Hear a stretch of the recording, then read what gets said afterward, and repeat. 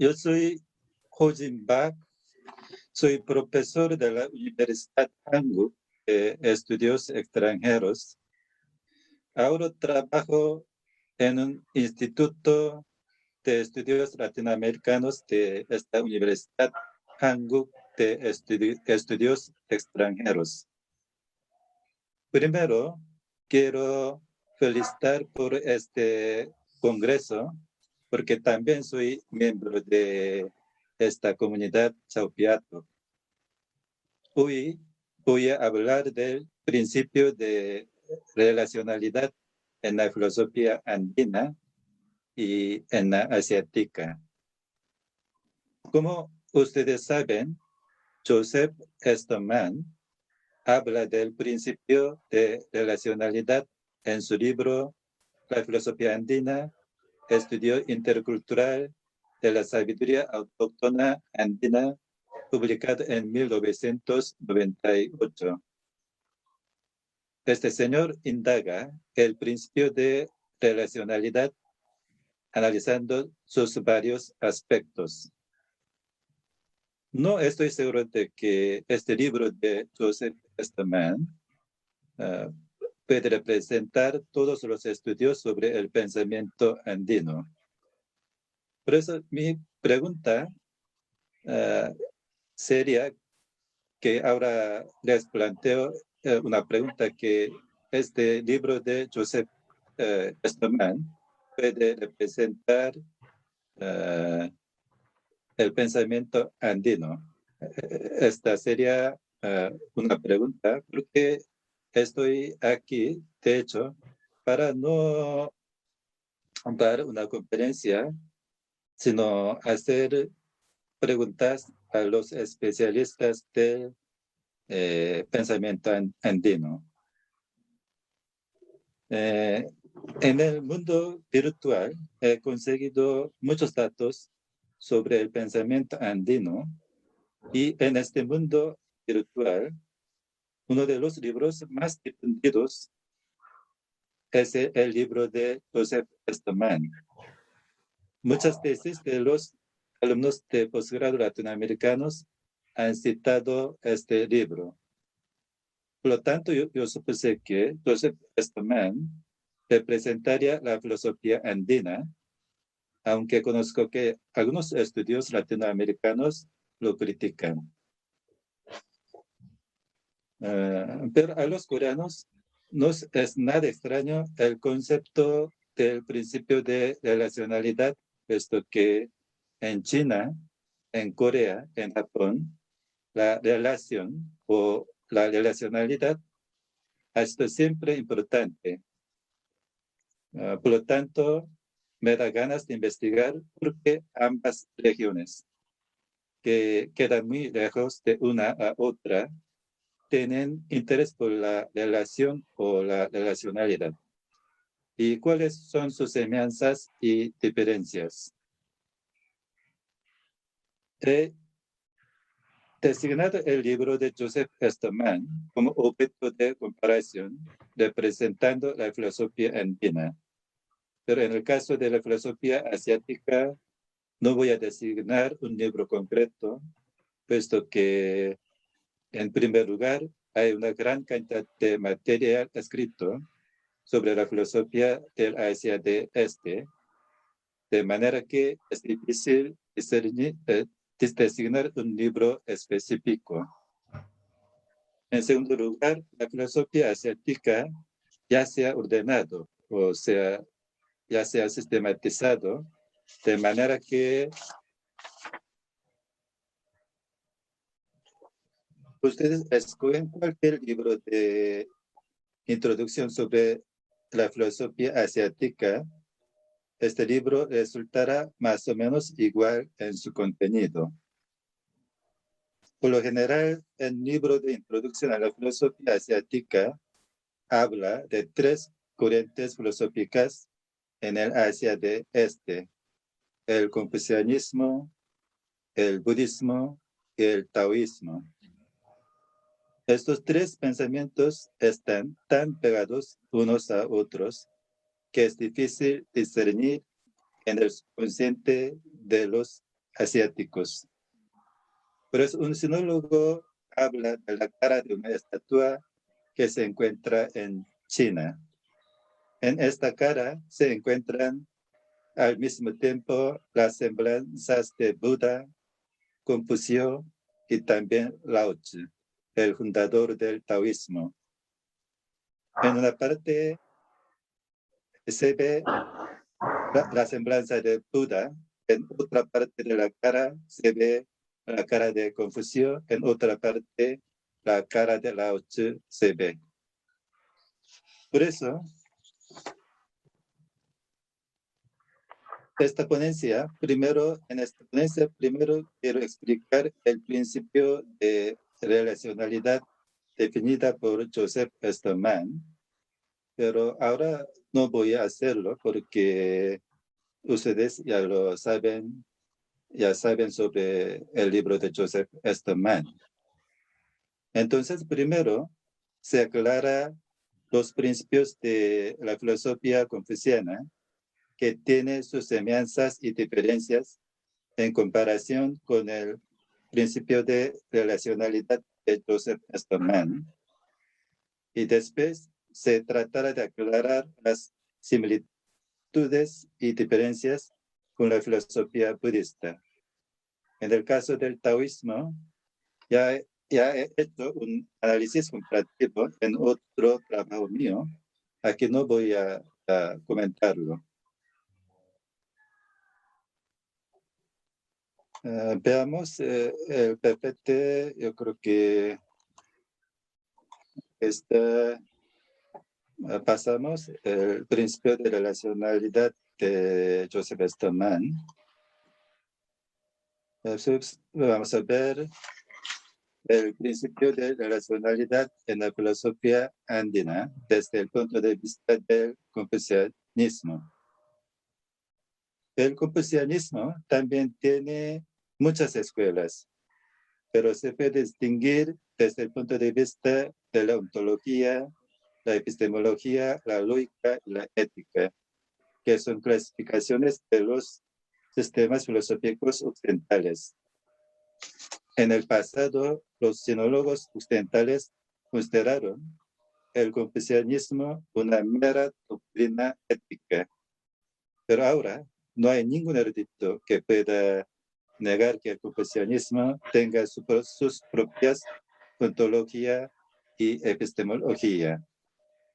Sin embargo, dado que la principal preocupación del confucianismo era la práctica de la ética en el mundo humano, la ontología y la epistemología eran medios para complementar la ética cristiana.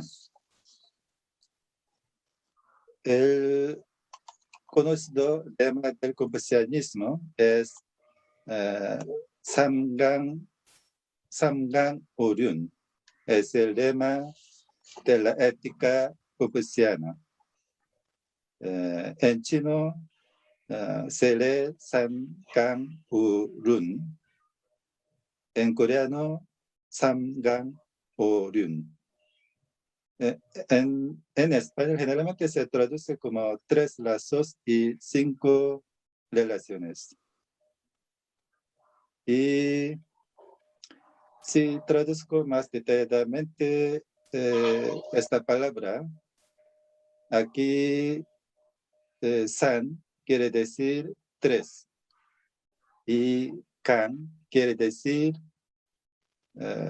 una cuerda en la parte superior de la red, como se ve en este dibujo. Este es kan, la cuerda principal. Entonces, 3 kan quiere decir 3 cuerdas principales o 3 normas importantes de la ética confuciana.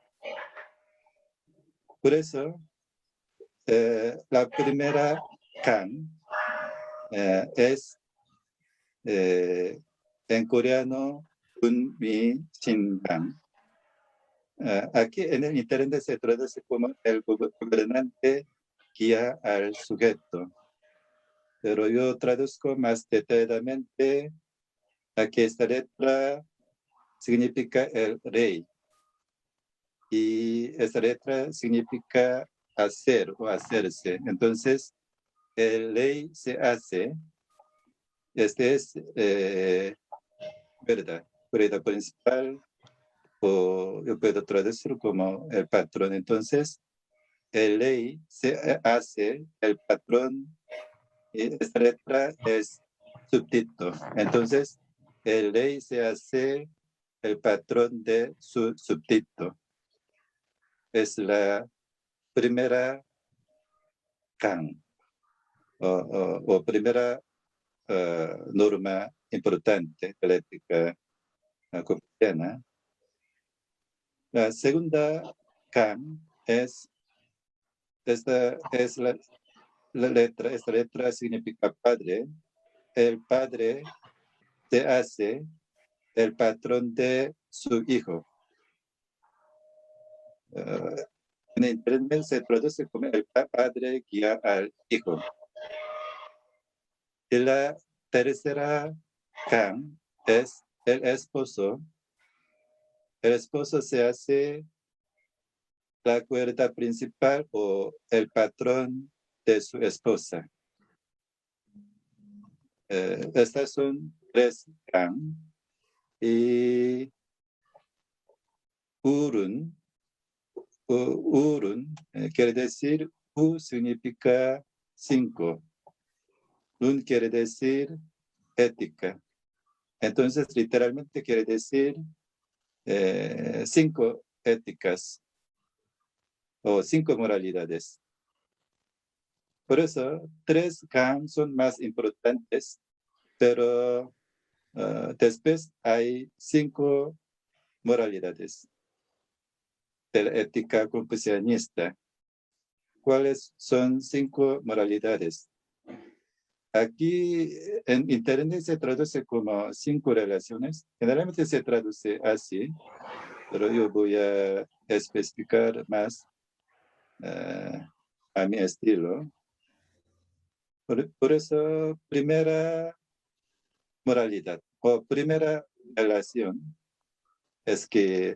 primera moralidad es que debe haber afección entre padre e hijo. Segunda moralidad, segunda norma de la ética confuciana es debe haber lealtad entre rey y súbdito. Tercera moralidad, debe haber distinción entre hombre y mujer. La cuarta moralidad, debe haber orden entre viejo y joven. La quinta moralidad, debe haber confianza entre amigos. Por eso, en total hay 8 oraciones sobre la ética confucianista. 3 kan son más importantes que 5 relaciones o 5 moralidades. Pero si observamos bien, estas 8 oraciones, 3 kan se repiten en las 5 relaciones en 5 moralidades, excepto la cuarta y la quinta moralidad.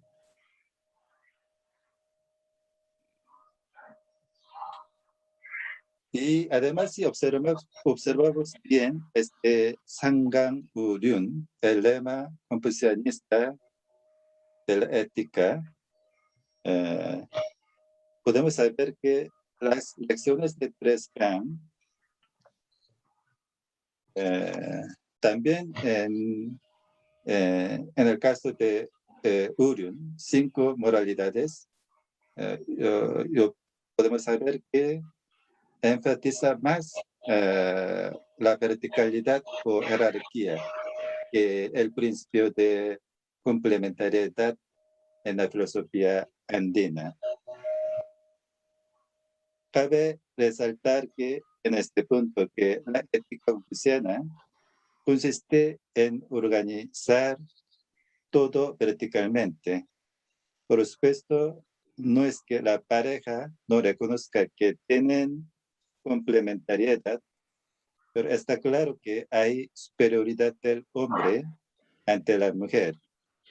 En el caso de debe haber confianza entre amigos, debe haber confianza entre amigos, será la quinta moralidad de cinco moralidades. Pero parece que esta moralidad nos ofrece el principio de complementariedad, pero también entre amigos hay orden. Por eso un proverbio coreano dice que para tomar agua también hay un orden. Por eso estamos aquí unos amigos, pero si nos ofrece agua, debemos decidir quién va a tomar agua primero. Por eso, generalmente en Corea, como también en China, ustedes conocen la palabra en chino tago. En coreano significa tejeon. En inglés, Big Brother. Big Brother, o hermano mayor, siempre toma primero el agua. Los entre amigos hay orden. Quiere decir que en el mundo confucianista todo está jerarquizado.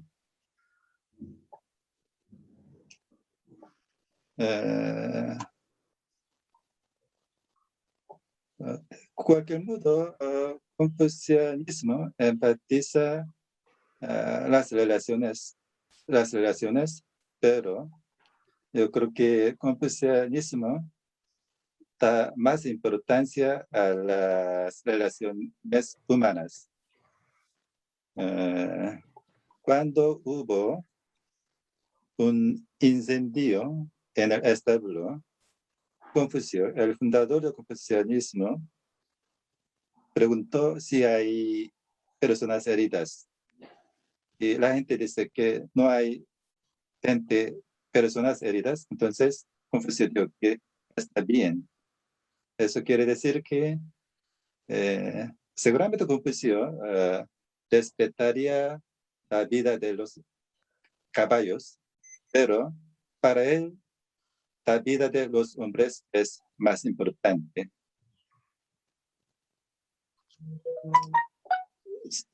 Por eso, sí, el principio de relacionalidad en la filosofía andina abarca no solo las relaciones humanas, sino también las relaciones entre los seres humanos y la naturaleza.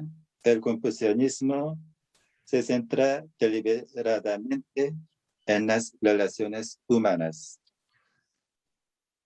También Confucio evitó la discusión metafísica, de manera que cuando el discípulo le preguntó a Confucio sobre la vida después de la muerte, Confucio le contestó: ¿cómo puedo conocer la vida si aún no conozco, cómo conozco la muerte si aún no conozco la vida?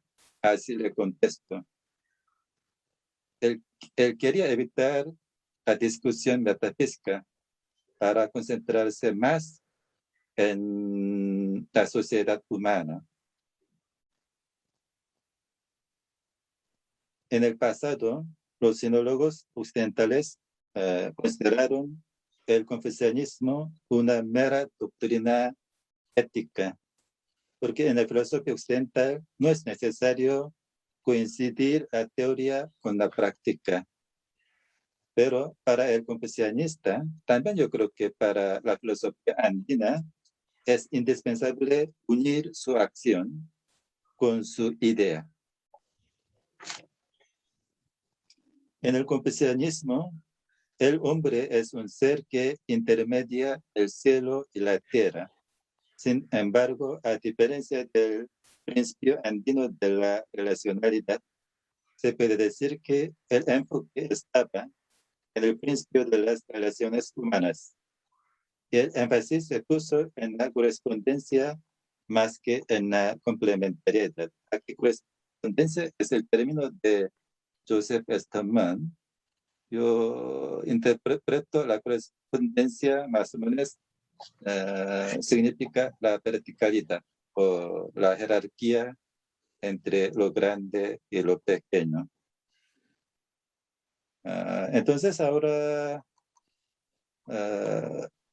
vamos a ver el principio de relacionalidad en la filosofía andina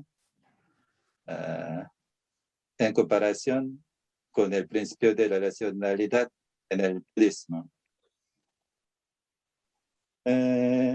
Según la leyenda, cuando Shakyamuni Buda nació, él dio 7 pasos y exclamó: en el cielo, en la tierra, solo yo soy honrado, o solo yo soy precioso. Así él exclamó. ¿Qué quiere decir eso? Habría varias interpretaciones de esta exclamación.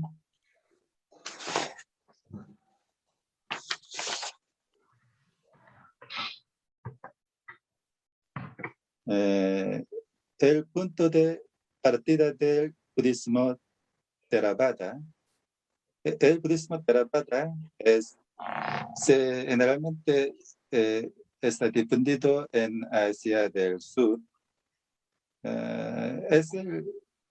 Fue el budismo primitivo, y este budismo Theravada practicar el budismo es para liberarse del dolor humano. Eso quiere decir,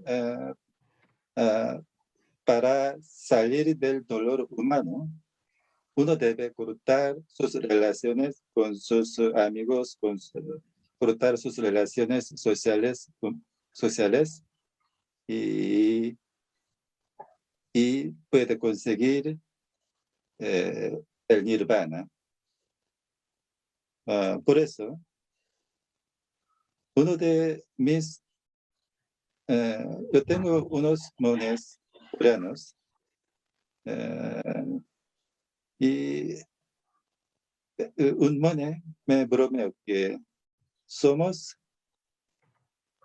los monjes son egoístas porque ellos entraron en el templo para salvarse a sí mismos.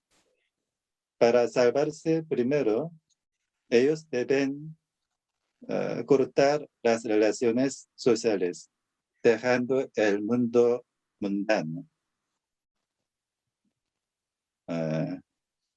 Claro que en el budismo Mahayana, que está difundido en Asia del Este, el budismo Mahayana enfatiza que el que ha conseguido el Satori, el gran entendimiento, otra vez vuelve al mundo recuperando las relaciones dejadas para la práctica.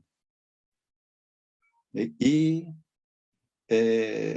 después de entender la última verdad, él vive en este mundo y solamente manteniendo unas relaciones buenas o un buen karma o buena casualidad. Por eso, el budismo seguramente habla de la red. Por eso, como algunos saben que hay un famoso red de Indra. Indra es el dios supremo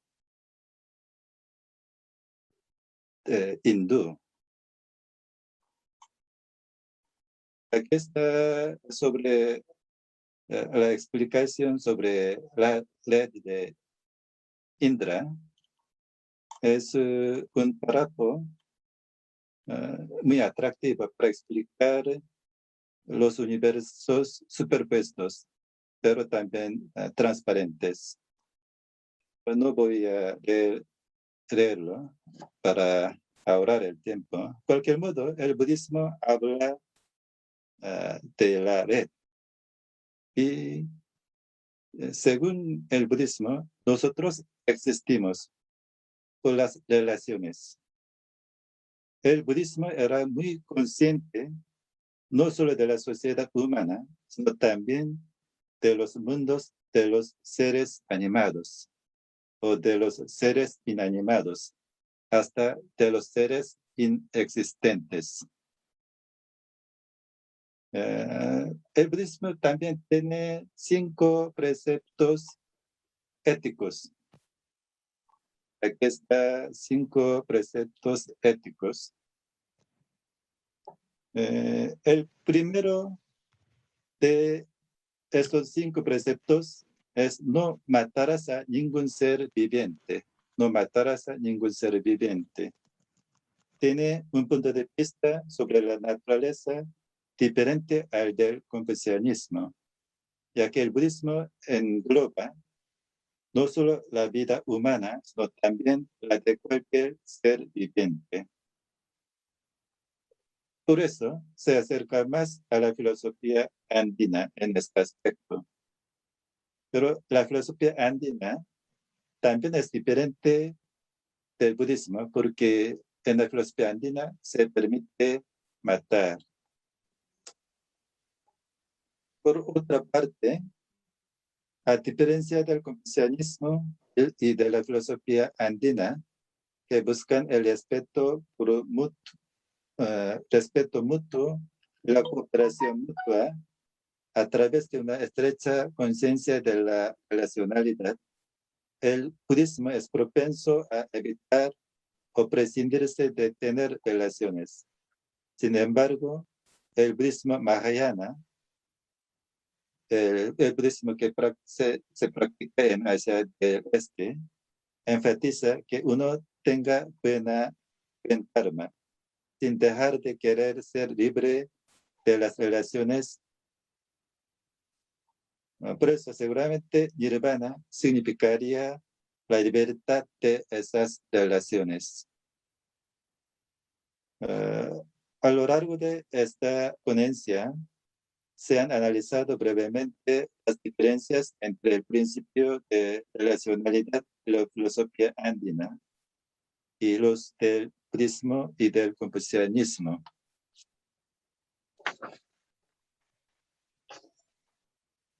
Seguramente el confucianismo es una filosofía que enfatiza las relaciones. Se confirma que es una filosofía que enfatiza la verticalidad, o sea, la jerarquía, frente a la filosofía andina. Seguro que el principio de complementariedad en la filosofía andina puede ser criticado en relación con la igualdad de sexo, pero es indudable que el confucianismo es una filosofía que enfatiza más la verticalidad que la filosofía andina. Además, mientras que el confucianismo se centra en las relaciones humanas, la filosofía andina abarca todas las relaciones con la naturaleza, con los seres humanos. En el caso del budismo,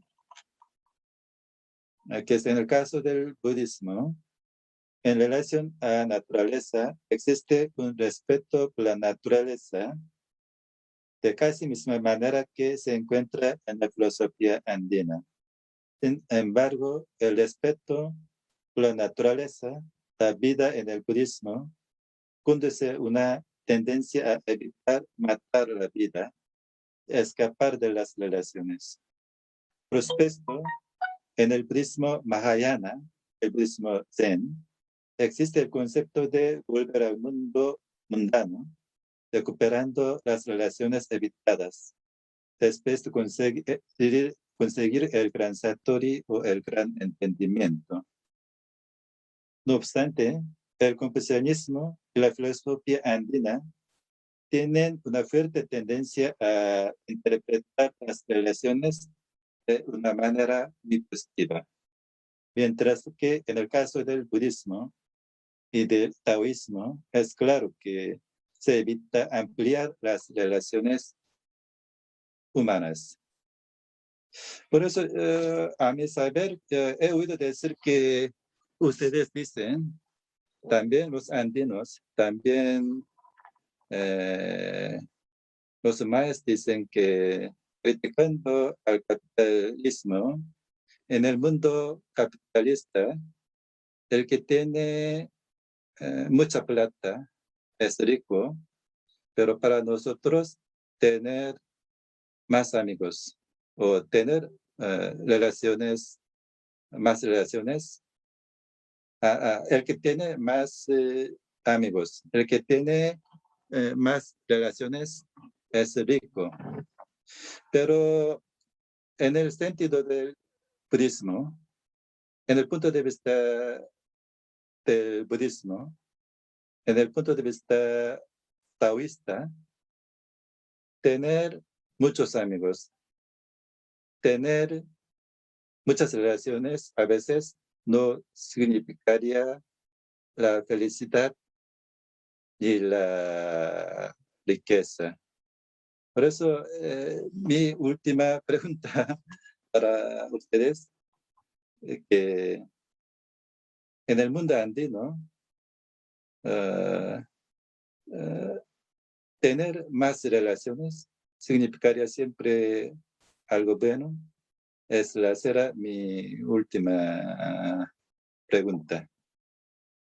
Por eso, aquí yo termino mi ponencia y parece que he balbuceado un poco.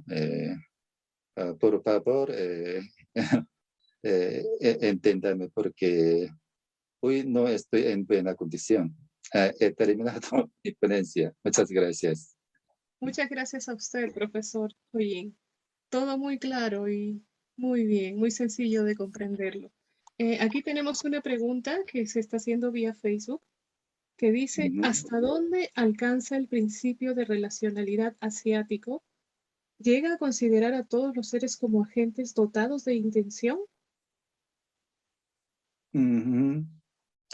Y pero como dije, acabo de decir, entre el confucianismo y el budismo hay diferencia para acercarse al principio de relacionalidad. Pero de cualquier modo, recientemente un coreano, un sociólogo, escribió un libro y cuyo título es, más o menos en español, Aros, desastre y el Estado. En este libro, él dividió el mundo en, en, en dos culturas.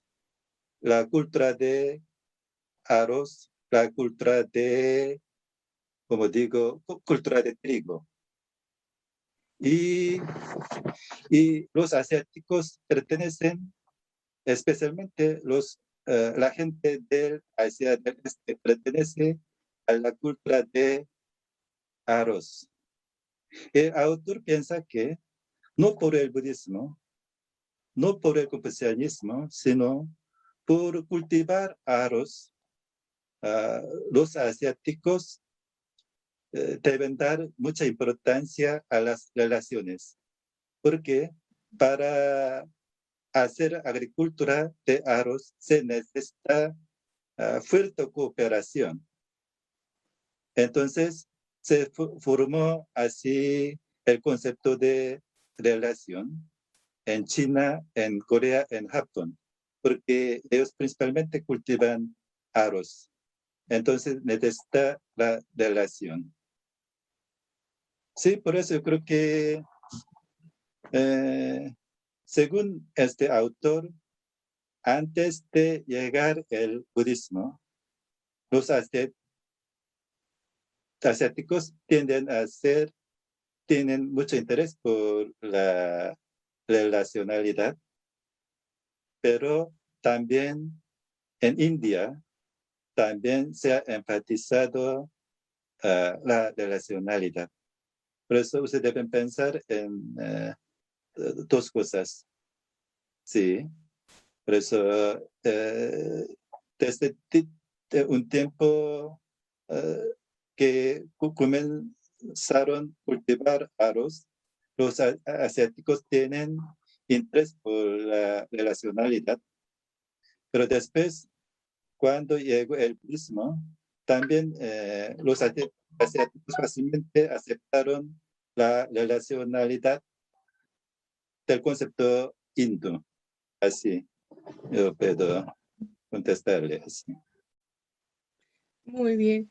Y bueno, dice también, el principio de relacionalidad asiático provee una base para pensar en términos de cosmopolítica.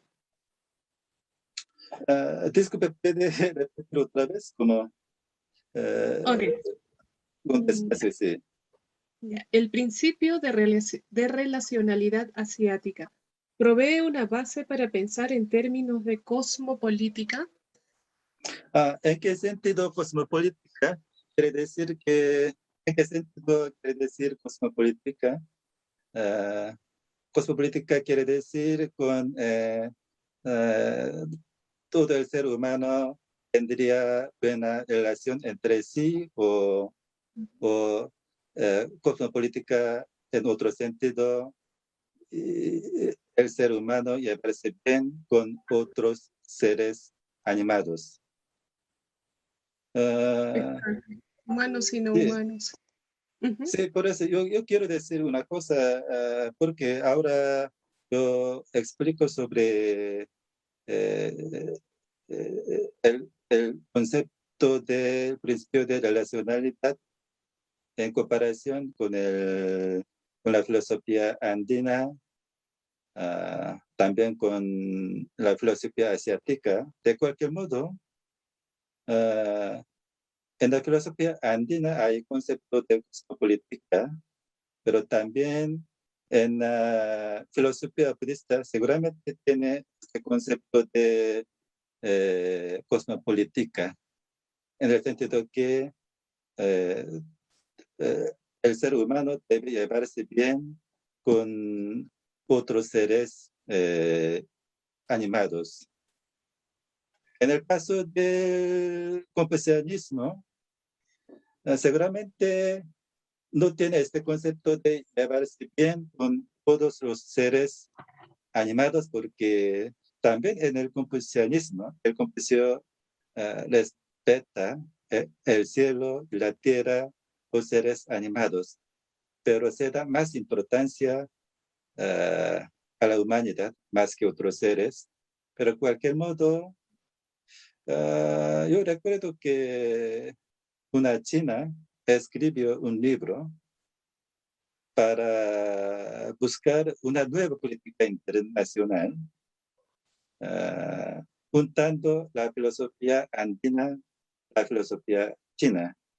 En su idea, yo creo que ella no incluyó el budismo en su pensamiento, solamente ella quería unir la filosofía asiática china, basada en el confucianismo y la filosofía andina.